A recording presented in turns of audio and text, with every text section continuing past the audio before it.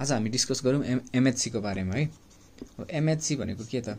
MHC भनेको major हिस्टोकम्प्याटिबिलिटी complex.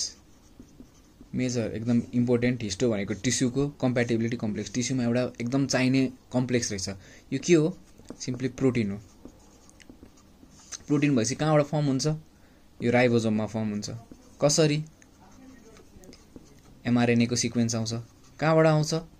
ओ डिएनएबाट आउँछ। MRNA त अलवेज डिएनएबाट आउँछ। भनेपछि यो डिएनएबाट कोड गरेको एउटा सिम्पली प्रोटिन रहेछ जसको डिफ्रेन्ट फङ्क्सन छ। अब डिएनएमा कहाँ त? हाम्रो बडीमा कतिवटा क्रोमोजोम छ भन्दाखेरि 22 पेयर अफ क्रोमोजोम छ with 1 pair of sex chromosome. Male छ भने XY, फिमेल छ भने XX। भनेको 22 पेयर भनेको क्रोमोजोम 1 दुईटा छ, क्रोमोजोम 2 दुईटा छ, क्रोमोजोम 3 दुईटा छ। त्यस्तै गर्दै गर्दै गर्दै क्रोमोजोम 19 पनि दुईटा छ, क्रोमोजोम 20 पनि दुईटा छ, 21 दुईटा छ, 22 दुईटा छ है।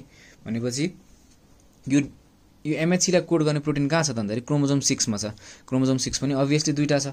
अब क्रोमोजोम 6 दुईटा भएपछि एउटाको सोर्स अभियसली फादर भइहाल्यो, प्याटर्नल सोर्स भयो। यहाँ हाम्रो क्रोमोजोम 6 हो भने अहिलेको लागि। अर्को सोर्स भयो म्याटर्नल, प्याटर्नल भयो र म्याटर्नल भयो। अब क्रोमोजोम 6 को पनि सर्ट आर्म भन्छ नि, सर्ट आर्मलाई P भनेर डिनोट गर्छ, लङ आर्मलाई Q भनेर गर्छ भने 6P को एउटा सिक्वेन्समा HLA भन्ने छ। HLA ह्युमन ल्युकोसाइटिक एन्टिजेन भनेर भन्छ।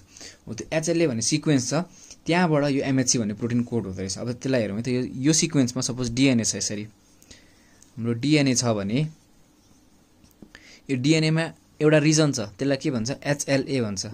हो यो HLA ले यो डिएनएमा के हुन्छ? एज अलवेज हामीले जहिले डिस्कस गरिरहन्छ adenine, guanine, cytosine, thymine, thymine, adenine, guanine, यही चारवटाको क्या कि एडेनाइन, गुआनाइन, साइटोजिन, थाइमिनको एरेन्जमेन्ट हुन्छ है। त्यही एरेन्जमेन्ट छ यहाँ। हो त्यसलाई HLA भन्दो रहेछ। सर्टेन एरेन्जमेन्ट छ, त्यसले एमएचसी दिन्छ है। HLA पनि एकदम ठुलो एरिया भएर यसलाई चारवटा भागमा डिभाइड गरेको छ। HLA-A, HLA-B, HLA-C र HLA-D। अब HLA-D पनि अझै 3टा रिजनमा डिभाइड गरेको छ अरे क्या मेनली। HLA-DP, HLA-DQ, HLA-DR है। यो ABC रिजनबाट कोड भएको प्रोटिन जुन छ, यो रिजनमा भएको डिएनए सिक्वेन्स, यो सिक्वेन्सबाट सपोज अब एमआरएनए बनाउनु पर्यो भने एमआरएनएमा सबै हुन्छ एक्सेप्ट टी को ठाउँमा यु हुन्छ। भनेपछि एले पेयर गर्थ्यो टीसँग, भनेपछि यु, जीले सीसँग, सीले जीसँग, टीले त एनैसँग गर्यो, टीले एनैसँग गर्यो, एले गर्यो युसँग। भनेपछि यो सिक्वेन्सको आरएनए बन्थ्यो, आरएनएबाट प्रोटिन बन्थ्यो नि त हाम्रो। हो यो एबीसीमा भएको यो डिएनएको सिक्वेन्सले जुन प्रोटिन बनाउँछ त्यसलाई के भन्छ? MHC1 भन्छ भने डिपी, डिक्यू, डीआरबाट जुन प्रोटिन बन्छ रिजनबाट त्यो हुन्छ MHC2। त्यो MHC1 को रिजन के भन्छ? HLA-A, HLA-B र HLA-C भन्छ। अनि MHC2 को रिजनलाई के भन्छ? HLA-DP, DQ, DR भन्छ। यो 3टा जिन भनेको यही हो है। यो भनेको हाम्रो एमएचसी को बारेमा यसको एरेन्जमेन्ट कहाँ हुन्छ त? एमएचसी भनेको के रहेछ? प्रोटिन स्ट्रक्चर रहेछ जुन क्रोमोजोम 6 को सर्ट आर्ममा हुँदो रहेछ। सर्ट आर्ममा पनि कुन रिजनमा? HLA रिजनमा। MHC1 कुनमा? HLA-A, HLA-B, HLA-C मा। MHC2 HLA-DP, HLA-DQ, HLA-DR मा हुँदो रहेछ। हाम्रो एमएचसी को बारेमा आइडिया पनि भयो, कुन कुन रिजनबाट आउँछ भन्ने पनि थाहा भयो। MHC1 र 2। अब MHC1 र 2 ले कुन कस्तो खाले एन्टिजेन प्रेजेन्ट गर्छ, कसरी प्रेजेन्ट गर्छ त्यसलाई हामी हेर्यौँ है त। जस्तै हाम्रो MHC1 आयो, MHC1 आयो कुन रिजनबाट भन्दाखेरि HLA-A, B, C बाट आएको थियो। MHC2 आएको थियो DP, DQ, DR बाट। यो दुईटाले कस्तो खाले एन्टिजेन प्रेजेन्ट गर्छ? एन्टिजेन भनेको कुनै पनि ब्याक्टेरिया होस्, कुनै पनि भाइरस होस्, कुनै पनि फङ्गाइहरू होस्, तिनीहरूको प्रोटिन स्ट्रक्चर, उनीहरूको वालमा त के पनि हुन्छ भन्दाखेरि कार्बोहाइड्रेट पनि हुन्छ, प्रोटिन पनि हुन्छ, फ्याट पनि हुन्छ। भने कार्बोहाइड्रेटलाई पनि प्रेजेन्ट गर्दैन, फ्याटलाई पनि प्रेजेन्ट गर्दैन, अन्ली प्रोटिन स्ट्रक्चरलाई मात्र प्रेजेन्ट गरेर MHC1 ले एउटा टाइपको टिसेललाई प्रेजेन्ट गर्छ भने MHC2 ले अर्को टाइपको टिसेललाई प्रेजेन्ट गर्छ। हो यो प्रोटिन प्रेजेन्टेसनलाई नै एन्टिजेन प्रेजेन्टेसन भिया एमएचसी भनेर भन्छ। एन्टिजेन प्रेजेन्टेसन भनेर भन्छ। अब MHC1 ले कस्तो खाले एन्टिजेनलाई प्रेजेन्ट गर्छ त? अब MHC1 ले गर्छ एन्डोजेनस एन्टिजेनलाई। र MHC2 ले गर्छ एक्जोजेनस एन्टिजेनलाई। अब यही छ हाम्रो कन्फ्युजन, एन्डोजेनस एन्टिजेन भनेको के हो, एक्जोजेनस एन्टिजेन भनेको के हो। सपोज एउटा सेल भयो भने यो सपोज एउटा एकदम ऱ्यापिडली मल्टिप्लाई गरेको ट्युमर सेल हो।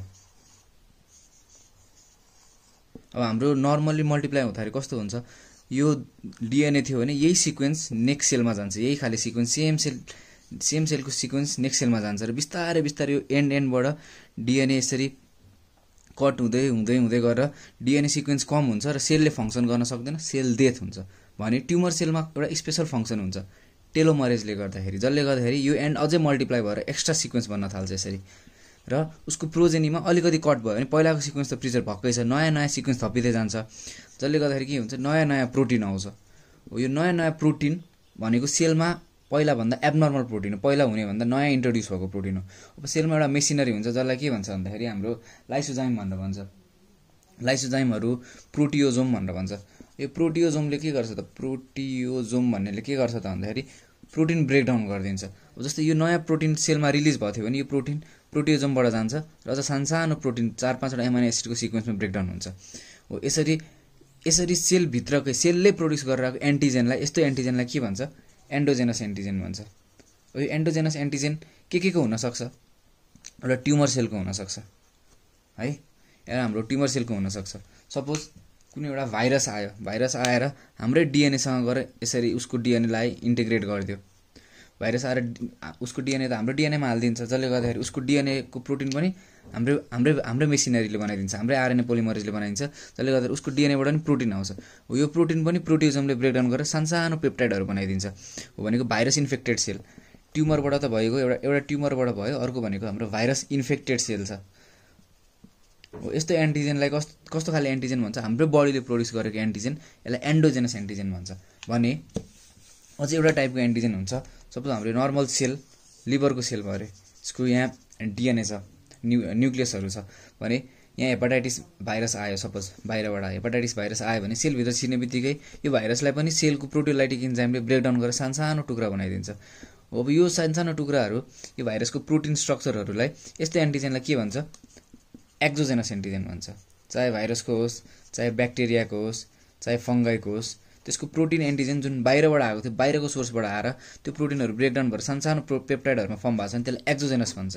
हो अब हाम्रो एन्डोजेनस एन्टिजेन प्रेजेन्ट गर्ने भनेको MHC1ले हो, एक्जोजेनस एन्टिजेन भनेको प्रेजेन्ट गर्ने हाम्रो MHC2ले हो। अब हामीलाई एक्जोजेनस र एन्डोजेनस एन्टिजेन भनेर पनि थाहा भयो।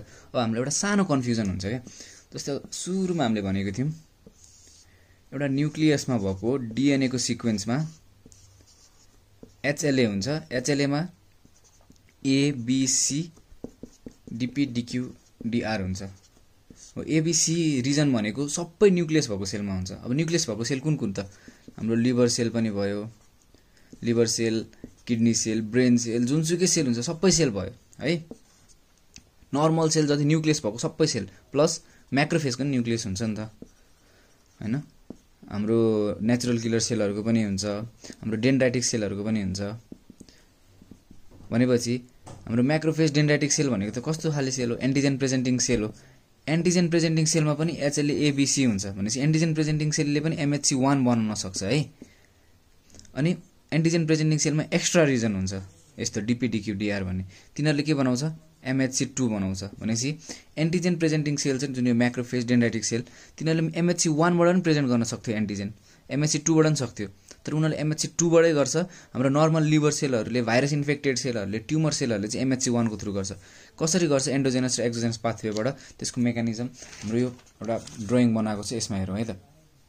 सपोज एउटा नर्मल सेल भयो, यो नर्मल सेलमा यसको यो डिएनए भयो, यसको न्युक्लियस भयो, न्युक्लियसमा सबै लोकाइ छ, HLA पनि छ, B पनि छ, C पनि छ, DP पनि छ, DQ पनि छ, DR पनि छ। भनेपछि एउटा कस्तो खाले सेल भयो अहिलेको लागि हामीले हेऱ्यौँ भने एन्टिजेन प्रेजेन्टिङ सेल भयो अरे है, एन्टिजेन प्रेजेन्टिङ सेल अथवा नर्मल सेल भनेर हेऱ्यौँ न।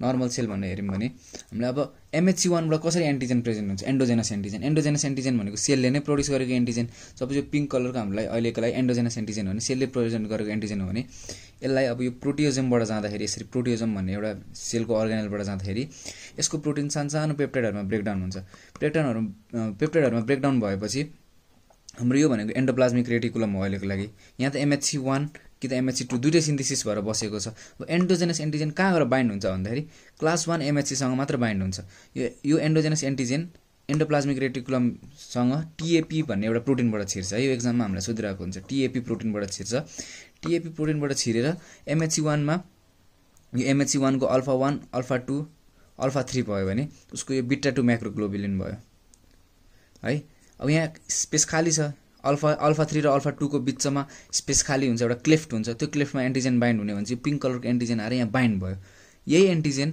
MHC2 पनि बनिरहेको छ भने आएर बाइन्ड हुन सक्दैन किन भन्दाखेरि यहाँ एउटा इन्भ्यारिएन्ट चेन भन्ने छ ग्रीन कलरले देखाएको यो इन्भ्यारिएन्ट चेन भन्ने छ इन्भ्यारिएन्ट चेनले यो एन्टिजन बाइन्डिङ साइटलाई अकुपाई गरिरहेको हुन्छ जसले गर्दाखेरि एन्टिजन बाइन्ड हुन सक्दैन है अब MHC1 ले त एन्टिजन लिइसक्यो एन्डोजेनस एन्टिजन लिइसक्यो अब गोल्जीमा गएर हल्का मोडिफिकेसन हुन्छ र यसरी सेल बाहिर आएर यसरी MHC1 ले एन्टिजन प्रेजेन्ट गर्छ एन्डोजेनस एन्टिजन अब MHC2 ले कसरी गर्छ सपोज यो एउटा एन्टिजन प्रेजेन्टिङ सेल हो MHC2 एन्डोप्लाज्मिक रेटिकुलममा सिन्थेसिस भइसक्यो प्रोटिन सिन्थेसिस भइसक्यो MHC2 भन्ने अलोङ विथ एउटा एक्स्ट्रा स्ट्रक्चर इन्भ्यारिएन्ट चेन जसले गर्दाखेरि एन्डोजेनस एन्टिजनलाई यहाँ आएर बाइन्ड हुन दिएको छैन अब के हुन्छ यो सेलबाट बाहिर निस्क्यो अब गोल्जीमा गएर मोडिफाई भएपछि के भयो यो इन्भाइरोमेन्ट चेनको एक्स्ट्रा यत्रो लङ आर्म ब्रेकडाउन हुन्छ अनि एउटा सानो प्रोटिन बसिरहन्छ अझैसम्म यो एन्डोजेनस एन्टिजन आएर बाइन्ड हुने साइट भएको छैन है बाइन्ड हुन दिएको छैन किनभने एउटा सानो प्रोटिन छ त्यसलाई के भन्छ क्लिप भन्छ अब बाहिरबाट सपोज ब्याक्टेरिया भाइरस फङ्गाई आयो सेलभित्र छिर्ने बित्तिकै त्यसलाई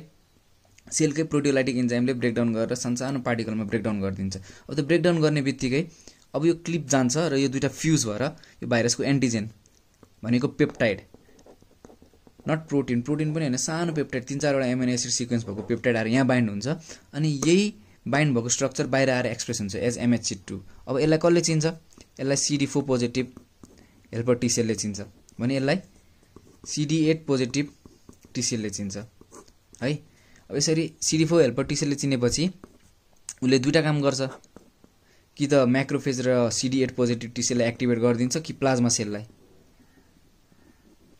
एक्टिभेट गरेर के बनाउँछ एन्टिबडी बनाउँछ एन्टिबडी म्याक्रोफेज CD8 पोजिटिभ टी सेलले आएर कुन स्ट्रक्चरलाई चिन्ने भन्दाखेरि यही स्ट्रक्चरलाई चिन्ने यो स्ट्रक्चर कहाँ हुन्छ यो चाहे भाइरस होस् ब्याक्टेरिया होस् यिनीहरूको बाहिरपट्टि हुन्छ अनि यिनीहरूलाई यही स्ट्रक्चरको आधारमा चिनेर आएर एन्टिबडी प्रोड्युस गरेर अथवा म्याक्रोफेजहरूले आएर डाइरेक्टली खाएर यसरी डिस्ट्रोय गरिदिन्छ MHC1 र MHC2 ले यसरी काम गर्दो रहेछ थ्रु सेल है अब हाम्रो MHC1 र MHC2 को ग्रस स्ट्रक्चर हेरौँ न कस्तो हुँदो रहेछ भनेर जस्तै एउटा सेल भयो सेलको बाहिर प्रेजेन्ट हुन्थ्यो भने MHC1 मा अल्फा 1 अल्फा 2 एउटा यस्तो ग्याप हुन्छ अल्फा 3 भन्ने 3टा प्रोटिन हुन्छ त्यसपछि यहाँ एउटा एक्स्ट्रा प्रोटिन हुन्छ बीटा 2 म्याक्रोग्लोबुलिन भन्ने एउटा सेलको बाहिरको सेल मेम्ब्रेन भयो भने यो भयो अल्फा 1 यो भयो अल्फा 2 यो भयो अल्फा 3 र यो भयो बीटा 2 म्याक्रोग्लोबुलिन यो एरेन्जमेन्ट भएको स्ट्रक्चरलाई के भने हाम्रो MHC1 भन्यो सँगै हामीले MHC2 हेर्यौं भने सो कस्तो हुन्छ अल्फा 1 हुन्छ अल्फा 2 हुन्छ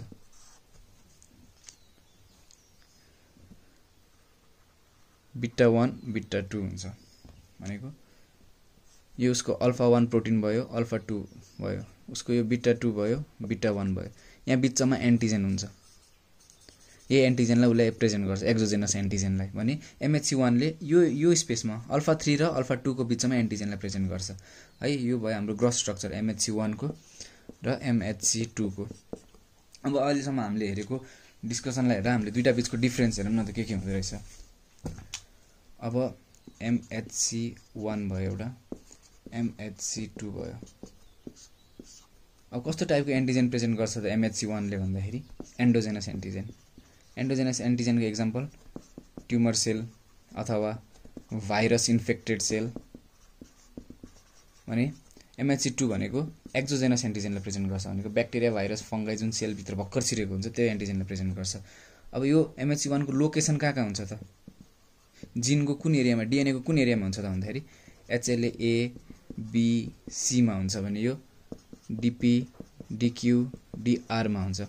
कस्तो कस्तो खाले सेलमा हुन्छ त? सेल टाइप कस्तोमा हुन्छ भन्दाखेरि MHC1 अल न्युक्लियस भएको सेल, जसमा एन्टिजन प्रेजेन्टिङ सेल पनि पर्छ प्लस न्युक्लियस नभएको प्लेटलेट पनि पर्छ है। हाम्रो प्लेटलेटमा न्युक्लियस छैन, त्यही पनि MHC1 चाहिँ हुन्छ भनेर बुझिराख्नु पर्यो। अल न्युक्लिएटेड सेल एक्सेप्ट RBC भने MHC2 अन्ली एन्टिजन प्रेजेन्टिङ सेलमा हुन्छ। यो तीनटा रिजन एक्स्ट्रा एन्टिजन प्रेजेन्टिङ सेलमा हुन्छ, जसले गर्दाखेरि उसले एक्सोजेनस एन्टिजनलाई प्रेजेन्ट गर्न सक्छ है। अब यसले एन्डोजेनस एन्टिजनलाई प्रेजेन्ट गर्यो, एक्सोजेनस एन्टिजनलाई प्रेजेन्ट गर्यो। अब कुन सेल टाइपसँग एसोसिएटेड हुन्छ भन्दाखेरि यहाँ रुल अफ 8 लाउनुपर्छ। 1 × 8 8 नै हुन्छ भनेपछि CD8 पोजिटिभ टी सेलसँग अथवा साइटोटक्सिक टी सेलसँग भने MHC2 CD4 पोजिटिभ टी सेलसँग 4 × 2 गर्दा नि 8 हुन्छ भनेपछि CD4 पोजिटिभ टी सेलसँग इन्टरेक्सन गर्छ है। अब यसमा भएको स्पेशल स्ट्रक्चर, स्पेशल प्रोटिन हाम्रो कुनै एसोसिएट गर्नु पर्यो भने MHC1 त अल्फा 3 कस्तो थियो भन्दा अल्फा 3 थियो, अल्फा 2 थियो, अल्फा 1 थियो, अनि यहाँ बीटा 2 म्याक्रोग्लोबुलिन थियो नि त। त्यही भएर यससँग एसोसिएटेड स्पेशल प्रोटिन भनेको बीटा 2 म्याक्रोग्लोबुलिन भने MHC2 सँग एसोसिएटेड भएको स्ट्रक्चर त उसको अल्फा 1 अल्फा 2 थियो, बीटा 1 बीटा 2 थियो, अनि यहाँ उसको एन्डोप्लाज्मिक रेटिकुलम भित्र एउटा स्ट्रक्चर थियो नि, एक्स्ट्रा स्ट्रक्चर हो। यो यस्तो एक्स्ट्रा स्ट्रक्चर भनेको चाहिँ यो चाहिँ इनभ्यारिएन्ट चेन भन्थ्यो।